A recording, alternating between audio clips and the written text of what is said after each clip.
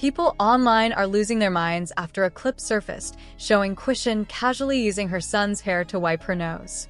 At this point, many believe she's intentionally provoking the internet because the behavior keeps escalating instead of stopping. It's raising real questions. Is her baby actually safe with her? And why won't she acknowledge the concerns everyone else can clearly see?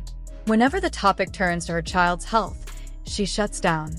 "Who has my phone? I have notes in there," she says in one clip. "What kind of notes?" someone asks. "The word," she mutters, before abruptly admitting, "No, I'm not good." Honestly, none of this surprises me. The way Chrisean entered the public eye was chaotic from the start. Blueface built his brand by exploiting dysfunction, launching a low-budget BGC-style reality show where women fought for attention and clout, earning him tens of thousands of dollars a month. When Chrisean joined the cast, she instantly stood out.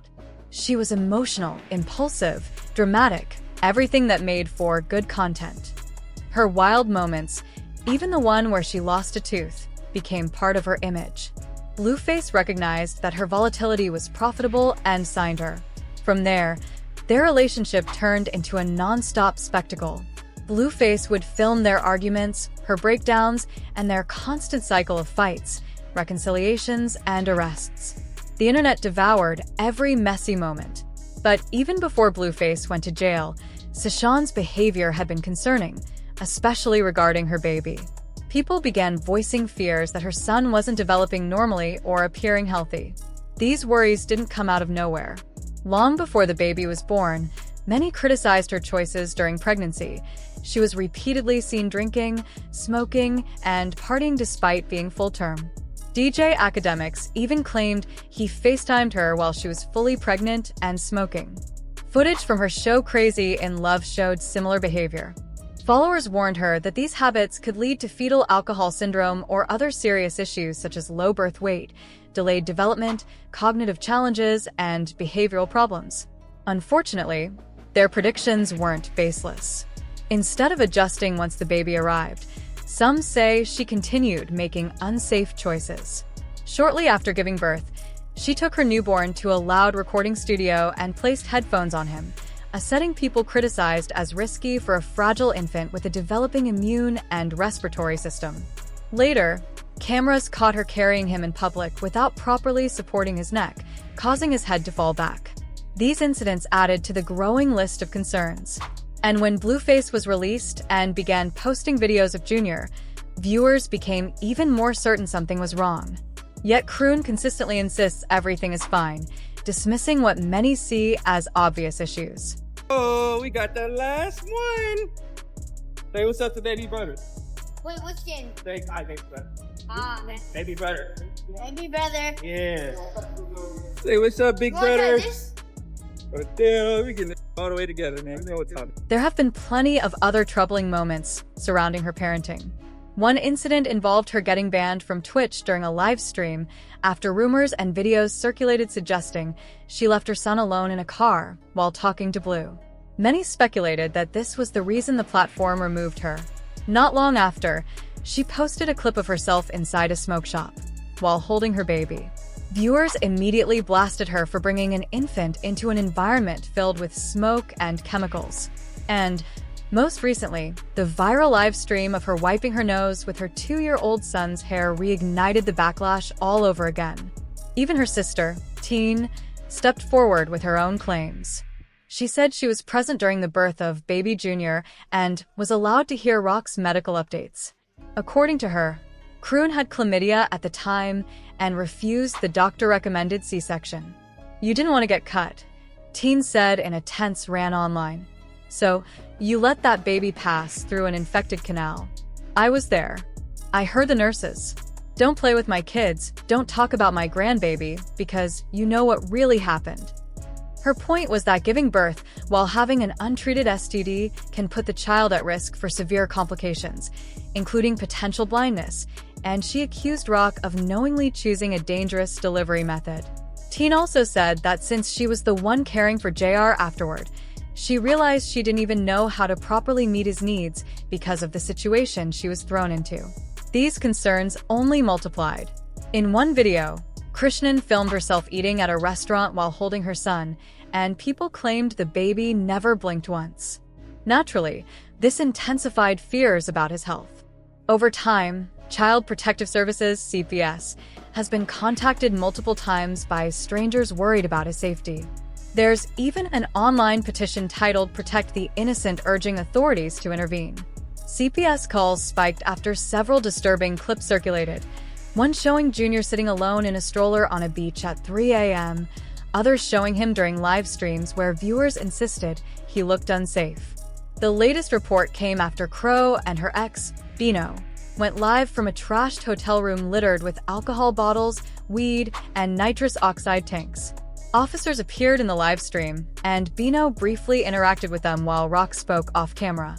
A hotel incident report later leaked, stating that police and CPS were conducting a welfare check after seeing the live stream and becoming concerned about the 2 children inside. Security also noted the strong smell of weed coming from the room. As for Bino, he too voiced worry about Junior after he and Chrisean split. Though he tried not to directly attack her, it was clear from his tone that he feared for the child's well-being. I was worried about the little baby, Chrisean Jr. I mean, you said that. I know at one point you said she was a bad mom. Do you feel that way still? You feel me? I said what I said. I can't take back what I said. But you feel me? This is daddy need to go get him, and you know, I wish the best for the baby. You feel me? He's not a baby, a toddler. I wish the best for the kid. You feel me? I like him my damn self. He was, feel me? He a nice little boy. You feel me? I love him myself. So you just need the right support and love. You feel me? I got kids. I got an autistic son myself. You feel me? So I understand. So it's just like you just need the right love, but it ain't. You know. Okay, you said so the baby should go back to Blueface is what you're saying, maybe, or something. Tell the mom get her mind right. She just needs the right love and support around it. So tell Chrisean, mind is straight. In my opinion, if it was my baby mama, I'll get my baby. Another former partner, the late Ronnie Doe, who many believe could be Junior's biological father, also voiced deep concern about the child before his passing. You might remember that Ronnie publicly demanded a DNA test, saying Junior seemed to be regressing while in Crow's care. He even explained that he went to the mall to serve her with paternity paperwork, but she allegedly called the police to avoid being served. Tragically, Ronnie was killed on February 3rd at just 24 years old, passing away before he could complete the paternity test. Ronnie had spoken very carefully about the situation before he died. He said the child deserved privacy and that it wasn't his place to reveal sensitive information unless the DNA test confirmed he was the father. But he also made it very clear that if Junior was his son, he wanted full responsibility and intended to give him a real chance at a stable life. He insisted his intentions weren't about rekindling anything with Crow or resenting her success. He wished her well. His concern was strictly for the baby, whom he said should never be treated like a pawn, a prop, or a tool for attention. Things became even murkier after Chrisean's sister, Tashiki, appeared on the Jason Lee show and hinted that her sister might have been involved in Ronnie's death. And the situation wasn't helped by Chrisean's own disturbing comments on social media, where she suggested that anyone who speaks negatively about her son suffers consequences. She wrote things like, "Everyone that thinks they can speak on my son always loses their life. First it was his daddy, Blueface, locked up for 2 years now. Then it was my ex-boyfriend, Karen, he died. I don't even have to do anything but warn y'all. Stop speaking on my son before it costs you your life." Regardless of her intentions, the narrative she created only intensified public fear. To add to the growing tension, Blueface's mother, Carissa, recently called Cron out for prioritizing romantic relationships over her son's well-being. She blasted her for flaunting wealth, cars, houses, luxuries, while allegedly not even securing a proper bedroom for Junior. Carissa said all she wants is to see a safe, stable space set up for her grandson, complete with a bed and the care a young child deserves. She has also suggested that JR might have neurological issues, echoing what many viewers have suspected. Carissa further revealed that someone approached her with what they claimed was a DNA sample from Junior. While she danced around what she planned to do with it, she later posted a photo of a grandparent DNA test kit, strongly implying that she wanted to confirm whether Blueface is truly the child's father.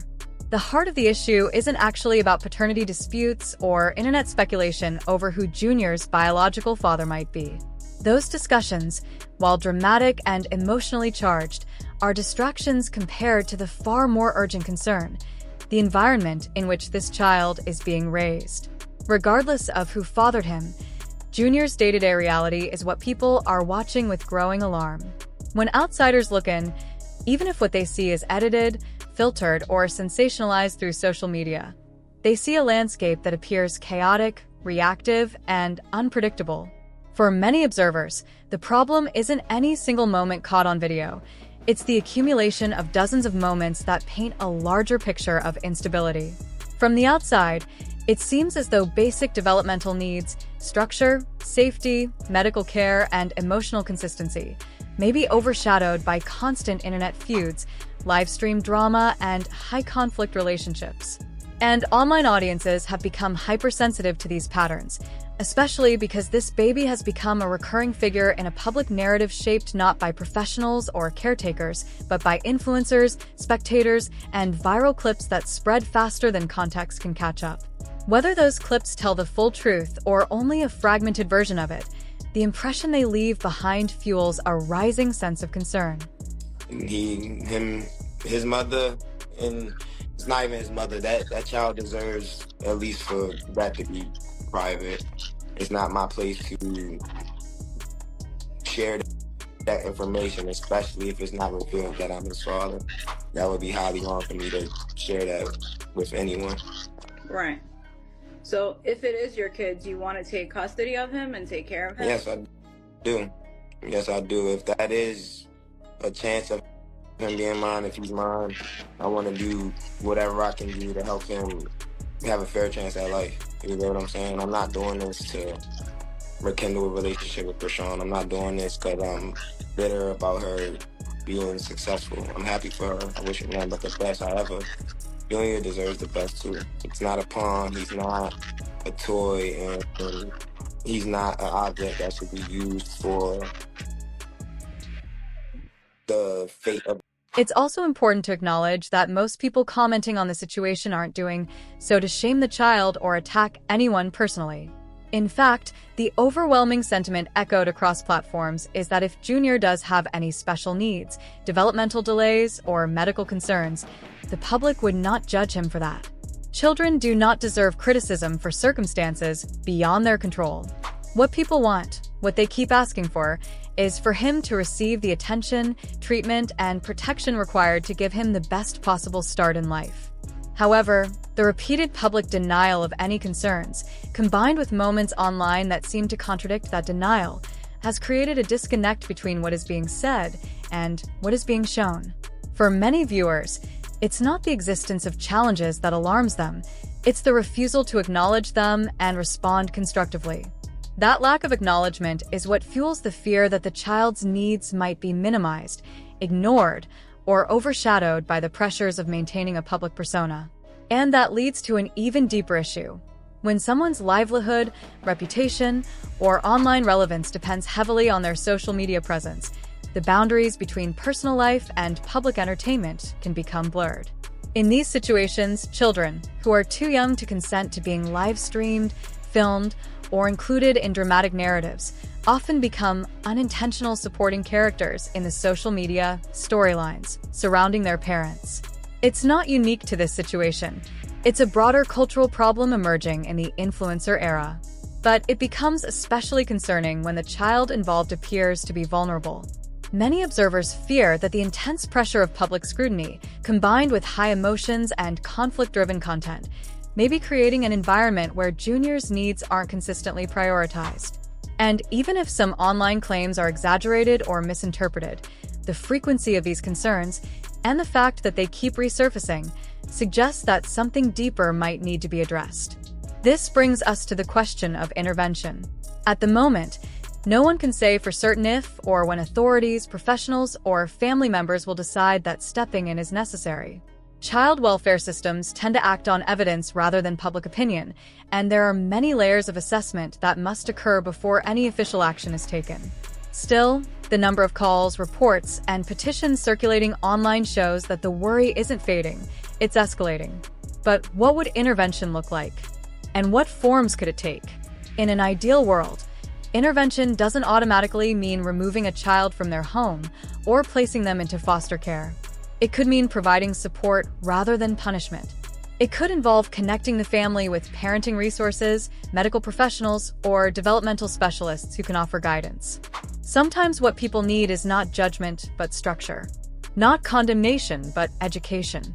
Not criticism, but help navigating circumstances they might not have the tools to handle alone. There's also the role of the inner circle, the people closest to the situation. Family members, friends, or co-parents can sometimes step in before the situation escalates to the point where authorities must get involved. But as many have pointed out online, the relationships among the adults in Junior's life appear fractured, volatile, or strained. When communication breaks down, support systems weaken. And without a strong support system, challenges that might otherwise be manageable can spiral. Still, despite all of the chaos amplified by the internet, it's possible that the full truth is more complex than anything the public sees. Social media often presents the most dramatic, extreme, or emotional clips, not the quiet moments where good parenting might occur.